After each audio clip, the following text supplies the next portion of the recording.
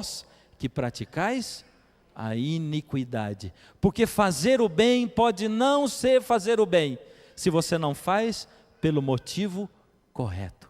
É isso que Jesus está querendo dizer para nós. Ou seja, se apresenta-se para você algum profeta, que ele seja provado, se ele é verdadeiro ou não. Se apresenta diante de você um profeta, que ele prove que a vida dele está de acordo com o que diz a palavra de Deus, porque fazer o bem só é fazer o bem, se for pelos motivos certos, porque se você não fizer, você estará praticando a iniquidade, e vai ouvir naquele dia o que Jesus disse. Vamos passar a tela, vamos lá. Deus sabia que nós não poderíamos confiar em espíritos. Deus sabia que nós não poderíamos confiar em anjos de luz que nós víssemos. Deus sabia que Satanás teria esse poder de nos enganar. Por isso, Ele deixou a sua palavra, a Bíblia. Agora, qual é o teste que você pode fazer com um falso Cristo ou com um falso profeta? Faça algumas perguntas. Veja só. Primeiro, ele aceita a Bíblia do jeito que ela é? Aceita a Bíblia do jeito que ela é? A Bíblia todinha, se ele aceita, é de Jesus. Se não aceita a Bíblia toda do jeito que ela é, e existe uma outra Bíblia diferente da Bíblia, já não é. Segundo, precisa de um outro livro para interpretar a Bíblia? Olha, a Bíblia ela é boa, mas eu tenho aqui um outro livro, um outro autor que é bem melhor, ele interpreta a Bíblia, e ele tem coisas aqui que a Bíblia não tem, ele acrescenta coisas à Bíblia, porque a Bíblia é muito antiga. Também não serve, também não serve. E alguns olham para nós e dizem assim, mas vocês acreditam em coisas que Ellen White escreve. Ellen White foi uma conselheira que escreveu, uma educadora, uma profetisa de Deus que escreveu, porém ela não acrescenta nada à Bíblia. E outra coisa, você ouviu aqui a série toda e tem ouvido, não se fala nada baseado em nada do que Ellen White fala. Nós pregamos simplesmente a Bíblia, aceitamos a Bíblia como ela é e não precisamos de nada para interpretar a Bíblia. Nós pregamos a Bíblia e ela só, e cremos na Bíblia e a Bíblia só, nada mais. Se alguma coisa que Ellen White diz estiver contra a Bíblia, nós também não podemos acreditar mais em Ellen White, e não podemos acreditar em ninguém que contradiga a Bíblia, mas a Bíblia deve ser pregada ela só, mantida e sustida ela só. Você aceita que pergunte para o profeta, ou pergunte para si mesmo, se a pessoa, o pastor, o ensinador, o médium, seja ele, aceita que toda a Escritura é inspirada por Deus e não apenas parte dela. Porque muitos dizem, a Bíblia é boa, mas tem partes que foram mudadas, e aí nós não podemos acreditar, e nós temos uma interpretação melhor para ela. Quarto, acreditam que Deus é o Criador do universo, e que a lei de Deus é perfeita e eterna, inclusive o sábado, porque isso está na Bíblia? Se não acreditam, também está difícil. Esperam a salvação em Jesus e somente em Jesus? Ou seja, se eu guardo o sábado para me salvar, também não serve. Se alguém que prega para você ensina assim, para você se salvar, você tem que guardar o sábado, porque quando você guarda o sábado, ganha pontos com Deus, esse pregador também não serve, essa igreja também não serve, porque a salvação é somente em Jesus. Esse profeta sabe que a resposta para a morte é unicamente a ressurreição? Não existe outra maneira de se salvar a não ser através da ressurreição e através de Jesus? Ele sabe que não se pode ganhar a salvação de nenhuma outra maneira, a não ser pela graça e pela fé em Jesus.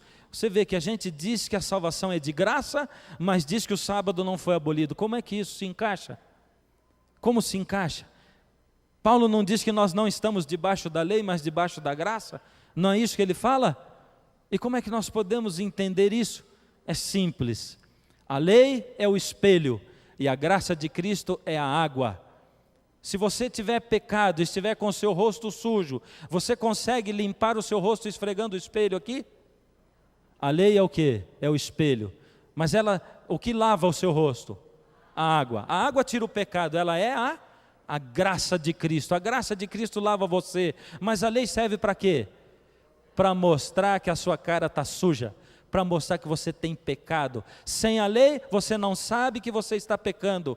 A lei mostra o pecado e você vai e se lava com a água, que é a graça maravilhosa do Senhor Jesus. Eu queria apresentar para vocês a Adriana. A Adriana, ela teve uma experiência muito bonita. Ela foi batizada lá em Caxias do Sul, no lugar onde no final do ano passado eu fiz uma conferência parecida com essa.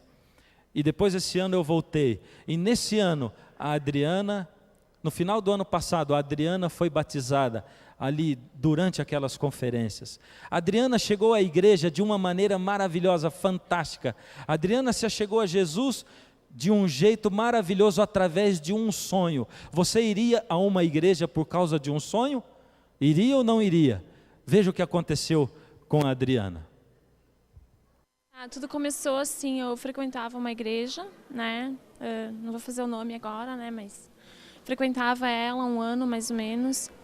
E só que a gente ia assim, eu frequentava ela e eu achava que a gente tinha que buscar aquela igreja por medo, ter medo de Deus, que se a gente não fosse, no caso, seria perigoso não ir, né? No caso, na igreja. Ela ia a outra igreja. E aí começou muito problema na minha família, né? Eu tive problemas seríssimos e eu comecei a orar e pedir a Deus que mostrasse um caminho, porque eu não acreditava que uma igreja pudesse guardar só a metade da Bíblia, acreditar só na metade da Bíblia. Eu achava que teria que ter uma igreja que seguisse toda ela.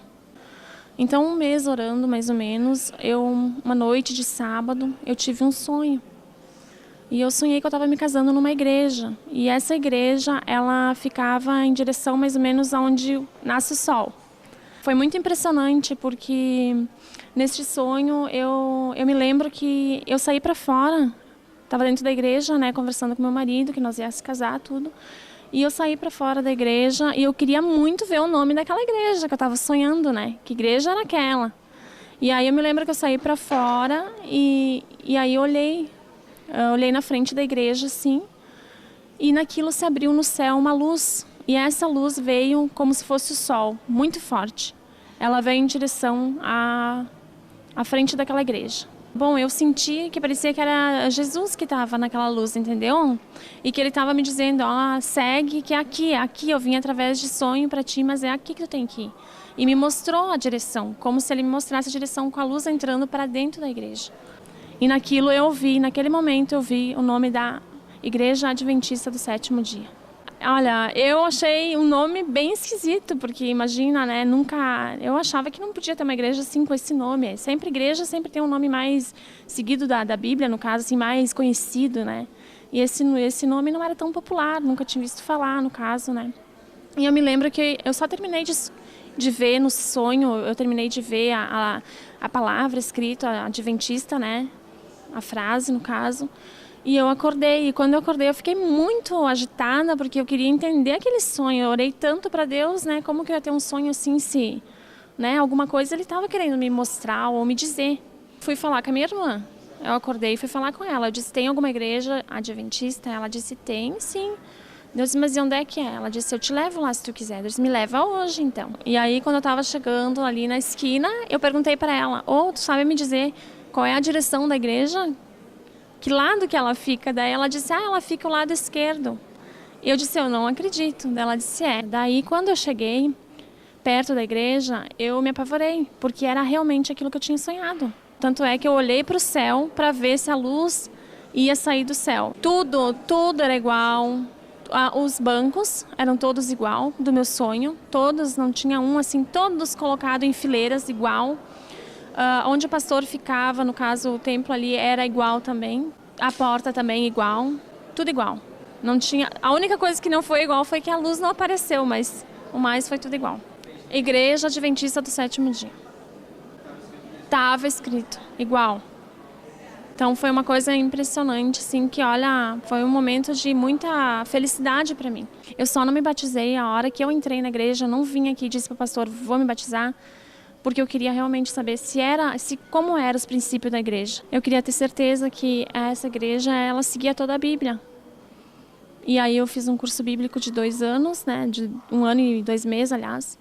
E aí então, nesse curso eu aprendi que ela realmente, ela segue a Bíblia. É o que está ali, não muda, não tem mudança. Sabe por que eu gosto do testemunho da Adriana? Me impressiona o fato dela ter sonhado. Me impressiona o fato dela ter visto a placa da igreja. Me impressiona o fato dela ter visto a igreja por dentro, ter entrado, ter reconhecido os móveis. Me impressiona tudo. Mas o que mais me impressiona é que ela disse no fim: eu só não me batizei na igreja na hora que eu entrei e não disse para o pastor, me batiza, porque eu queria ter certeza de que essa Bíblia, de que essa igreja seguia o que diz a Bíblia. E eu ainda, depois do sonho, fiz um curso de quanto tempo? 1 ano e 2 meses. E aí, quando eu vi que o que dizia a igreja é o que diz a Bíblia, aí sim, eu me batizei. É isso. Faça isso. Faça isso. Eu não estou pedindo para você assim, venha para Jesus aqui nessa igreja agora, entregue-se para Jesus já, vamos para o tanque batismal? Não.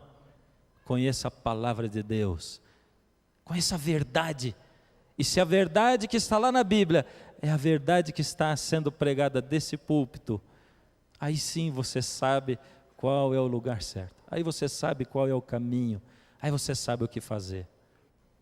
Sabe, queridos,